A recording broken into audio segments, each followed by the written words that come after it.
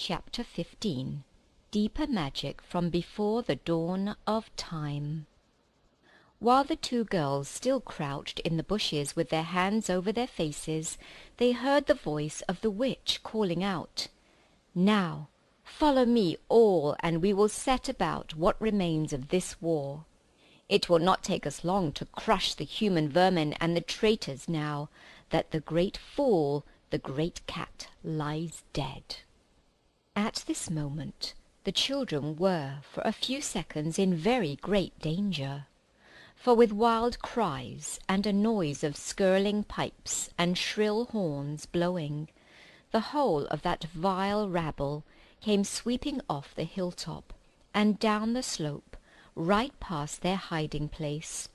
They felt the spectres go by them like a cold wind, and they felt the ground shake beneath them, under the galloping feet of the minotaurs, and overhead there went a flurry of foul wings, and a blackness of vultures and giant bats. At any other time they would have trembled with fear, but now the sadness and shame and horror of Aslan's death so filled their minds that they hardly thought of it. As soon as the wood was silent again, Susan and Lucy crept out onto the open hilltop. The moon was getting low, and thin clouds were passing across her, but still they could see the shape of the lion lying dead in his bonds. And down they both knelt in the wet grass, and kissed his cold face, and stroked his beautiful fur, what was left of it, and cried till they could cry no more. And then they looked at each other, and held each other's hands for mere loneliness, and cried again, and then again were silent. At last Lucy said, "I can't bear to look at that horrible muzzle. I wonder could we take it off?" So they tried, and after a lot of working at it, for their fingers were cold and it was now the darkest part of the night, they succeeded. And when they saw his face without it, they burst out crying again, and kissed it and fondled it, and wiped away the blood and the foam as well as they could.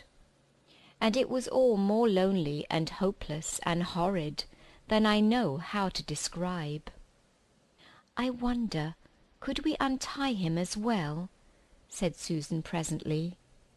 But the enemies, out of pure spitefulness, had drawn the cords so tight that the girls could make nothing of the knots. I hope no one who reads this book has been quite as miserable as Susan and Lucy were that night.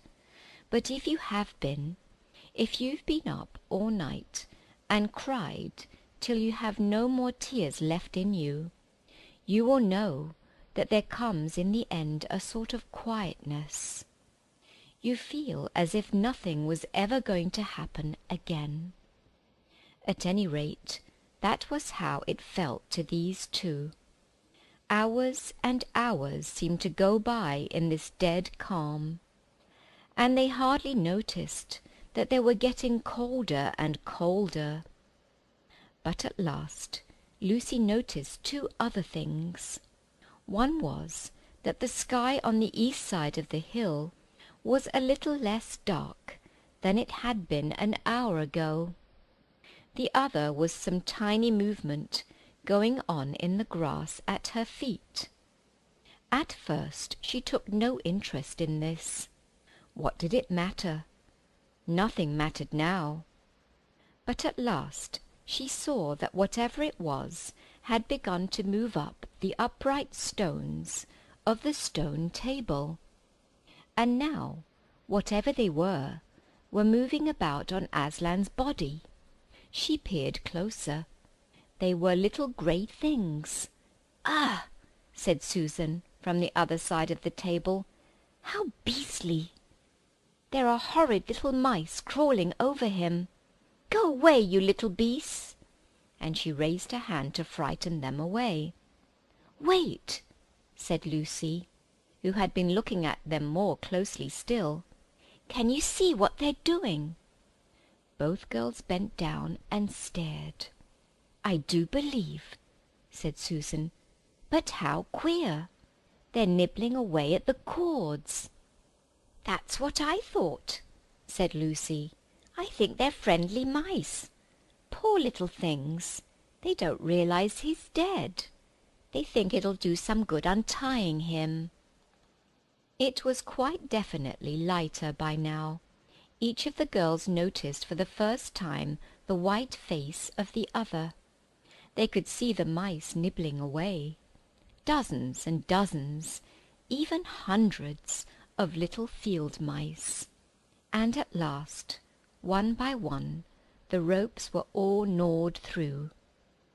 The sky in the east was whitish by now, and the stars were getting fainter, all except one very big one, low down on the eastern horizon. They felt colder than they had been all night. The mice crept away again. The girls cleared away the remains of the gnawed ropes. Aslan looked more like himself without them. Every moment his dead face looked nobler, as the light grew, and they could see it better. In the wood behind them a bird gave a chuckling sound. It had been so still for hours and hours that it startled them. Then another bird answered it. Soon there were birds singing all over the place. It was quite definitely early morning now, not late night. "I'm so cold," said Lucy. "So am I," said Susan. "Let's walk about a bit." They walked to the eastern edge of the hill and looked down. The one big star had almost disappeared. The country all looked dark grey, but beyond, at the very end of the world, the sea showed pale. The sky began to turn red. They walked to and fro more times than they could count between the dead Aslan and the eastern ridge, trying to keep warm, and oh, how tired their legs felt!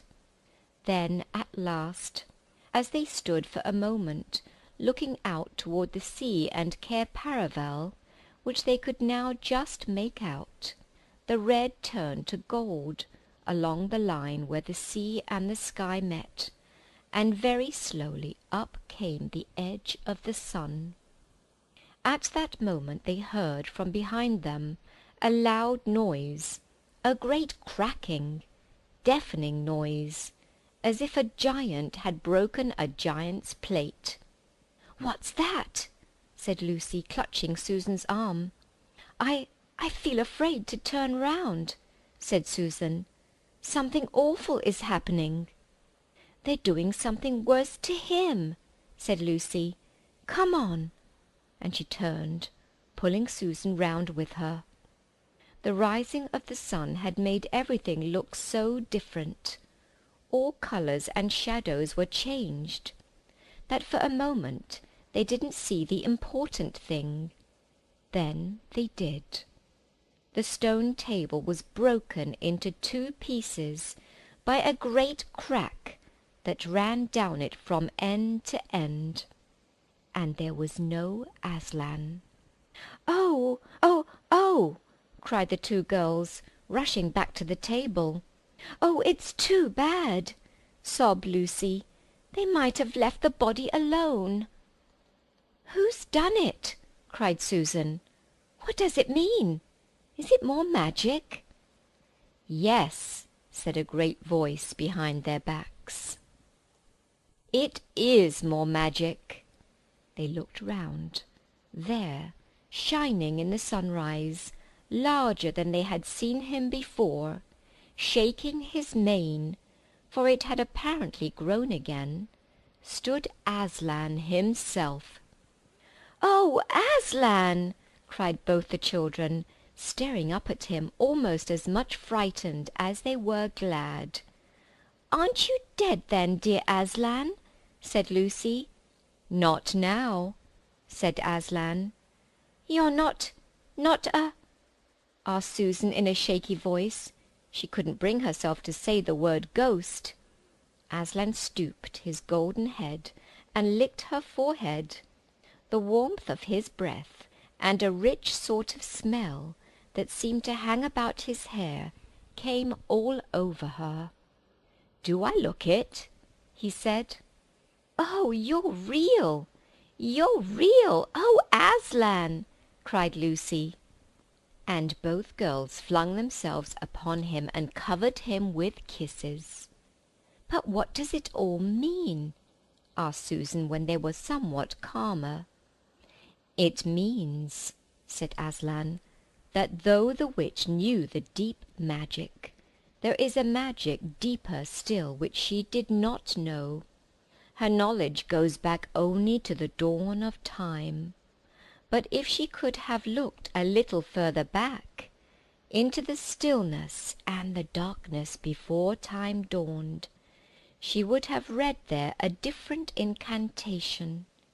She would have known that when a willing victim who had committed no treachery was killed in a traitor's stead, the table would crack and death itself would start working backward. And now—" "Oh, yes, now!" said Lucy, jumping up and clapping her hands. "Oh, children," said the lion, "I feel my strength coming back to me. Oh, children, catch me if you can." He stood for a second, his eyes very bright, his limbs quivering, lashing himself with his tail. Then he made a leap high over their heads and landed on the other side of the table. Laughing, though she didn't know why, Lucy scrambled over it to reach him. Aslan leapt again. A mad chase began. Round and round the hilltop he led them, now hopelessly out of their reach, now letting them almost catch his tail, now diving between them, now tossing them in the air with his huge and beautifully velveted paws, and catching them again, and now stopping unexpectedly, so that all three of them rolled over together in a happy, laughing heap of fur and arms and legs. It was such a romp as no one has ever had except in Narnia, and whether it was more like playing with a thunderstorm or playing with a kitten, Lucy could never make up her mind.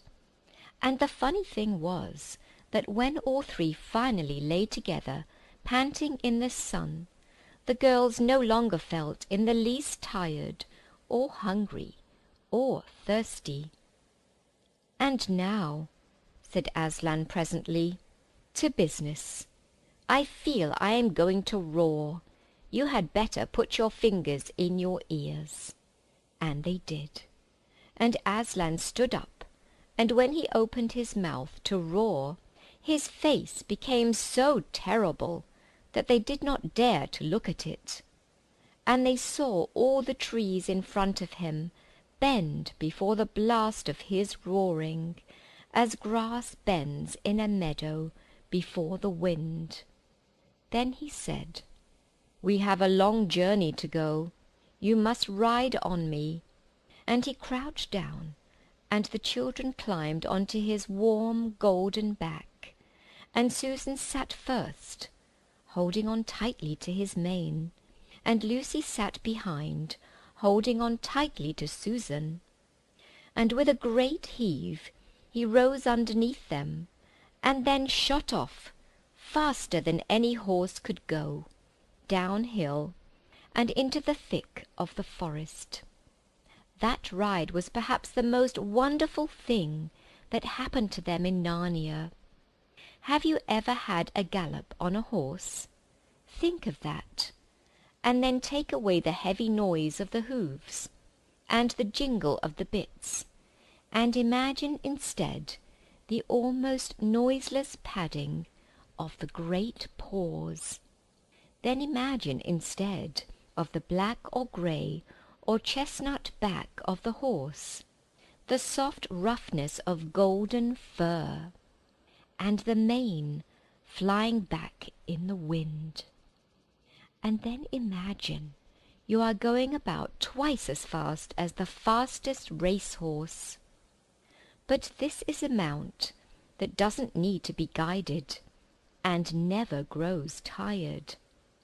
He rushes on and on, never missing his footing, never hesitating, threading his way with perfect skill, between tree trunks, jumping over bush and briar, and the smaller streams, wading the larger, swimming the largest of all.